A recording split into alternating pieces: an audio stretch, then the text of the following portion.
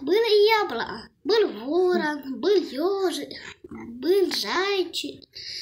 Хотели зайчик достать яблоко, а у него роста не хватило. Ворон пришел, достал яблоко. Потом яблоко-то упало, ну досталось-то.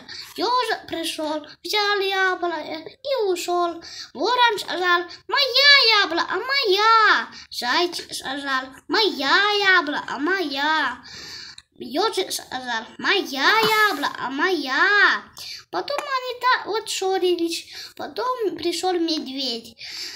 Ежик сказал, то есть зайчик сказал: медведь, так нам поделить яблоко на 3, то есть 4.